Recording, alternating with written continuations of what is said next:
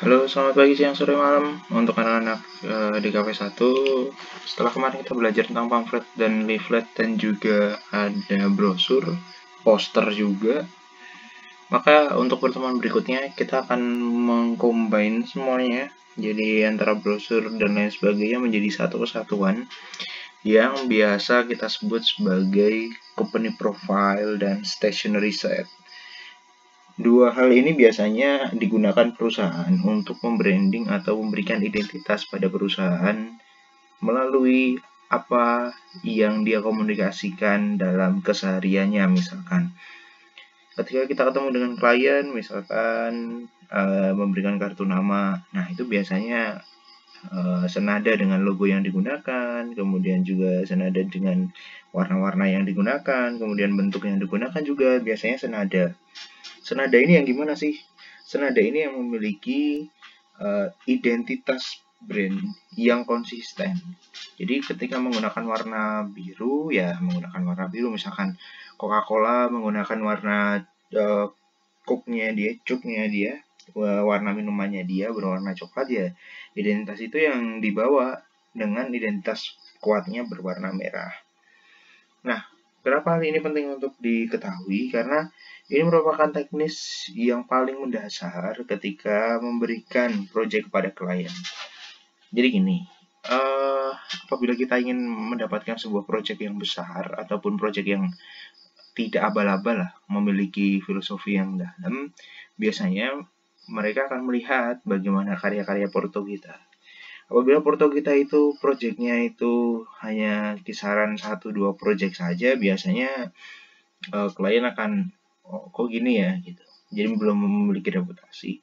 Nah, gimana cara biar memiliki reputasi yang baik dalam hal desain? Saya rasa beberapa dari teman-teman semua sudah ada yang sudah memiliki brand yang besar atau memiliki desain yang berkelanjutan, yang memiliki kontinuitas yang bagus.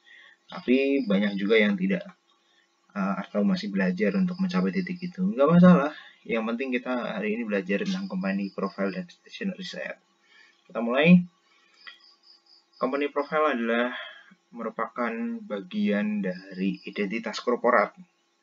Kita menggunakan bahasa Indonesia boleh, bahasa Inggris juga boleh. Jadi yang dinamakan identitas korporat ini adalah identitas yang menunjukkan sebuah korporasi, yang menunjukkan sebuah identitas, mencirikan dia berbeda dengan yang lain. Nah, biasanya company profile ini merupakan selebaran yang memuat informasi atau penjelasan tentang profil perusahaan. Jadi biasanya dia memiliki fokus untuk menjelaskan visinya apa, dilahirkan tahun berapa, dan lain sebagainya. Apakah depannya dan lain sebagainya. Contohnya, kalian bisa lihat bentuknya seperti buku, tapi juga seperti brosur yang mendefinisikan tentang perusahaan Centrocar.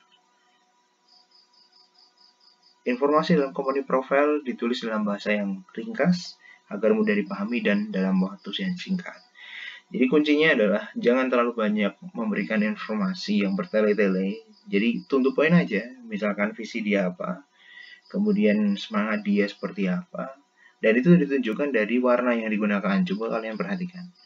Warna biru pada buku atau brosur nih? Brosur sepertinya. Iya, brosur. Itu pada cover letter itu juga menggunakan warna biru. Konsistensi hurufnya juga sama. Ini menjadi poin penting.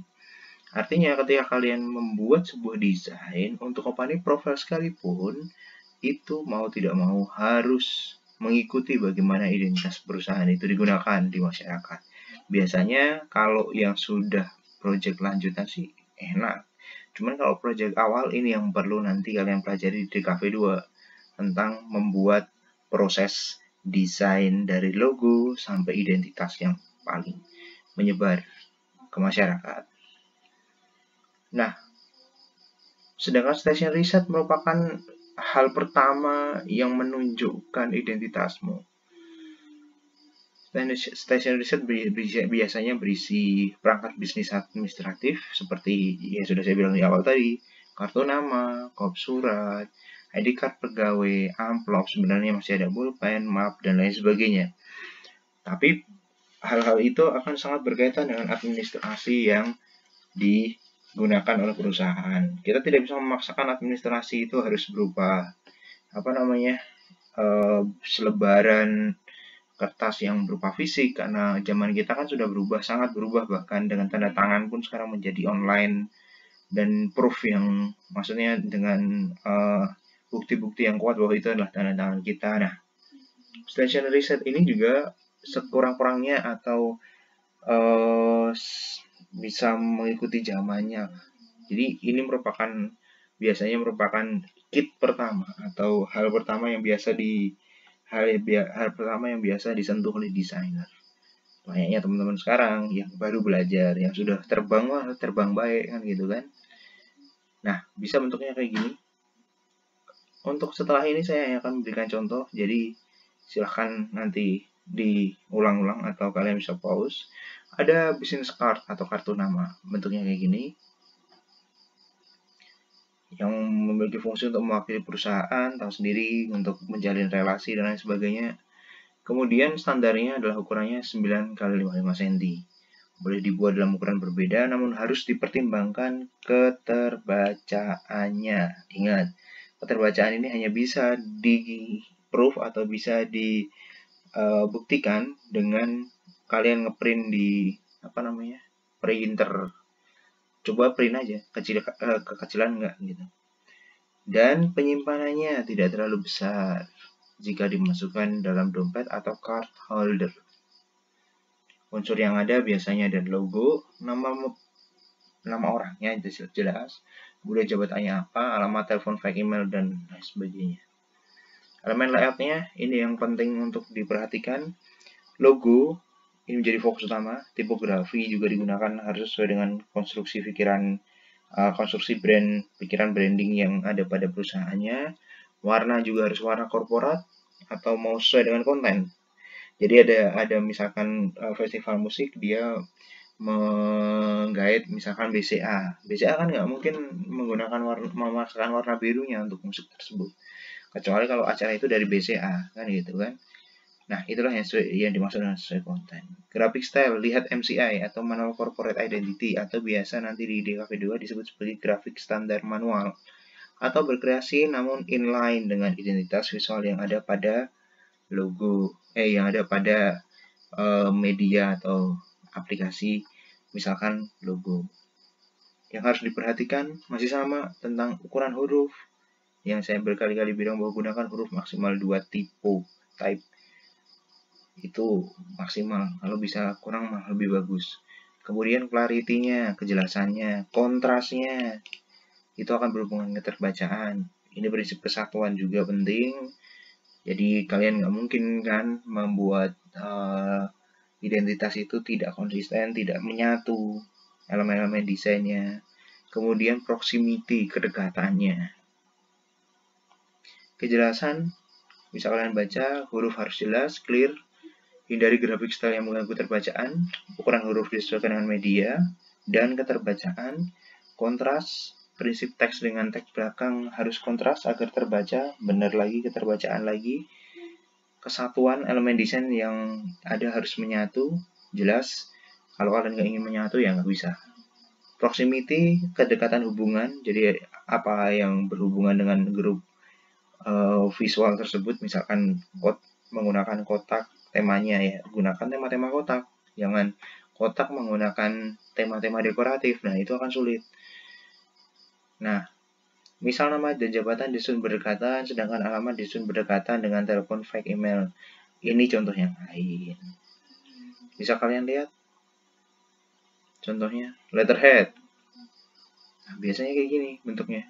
Simpel sih, cuma gini doang. Tapi yang menjadi penting adalah bagaimana identitasnya. Ukurannya bisa kalian nanti pause, silakan. Letterhead, kop surat, saya kasih contoh juga. Fungsinya untuk berkorespondensi internal maupun eksternal. Desain letterhead dibuat untuk memberikan kesan autentik bahwa itu merupakan dari perusahaannya. Kalau misalkan kopnya Unindra, ya berarti Unindra yang menjadi identitasnya. Unsur yang ada itu ada logo, kemudian ada alamat, telepon, fax, email, alamat web biasanya. Tapi bisa juga berisi, kalau sekarang ada nomor rekening juga apabila dibutuhkan. Elemen layoutnya ada logo, nama perusahaan, yang ini merupakan menjadi fokus utama, tipografi, warna, graphic style, dan white space, elemen layoutnya. Bisa kalian tambahkan apabila ada yang lain, silahkan nanti didiskusikan.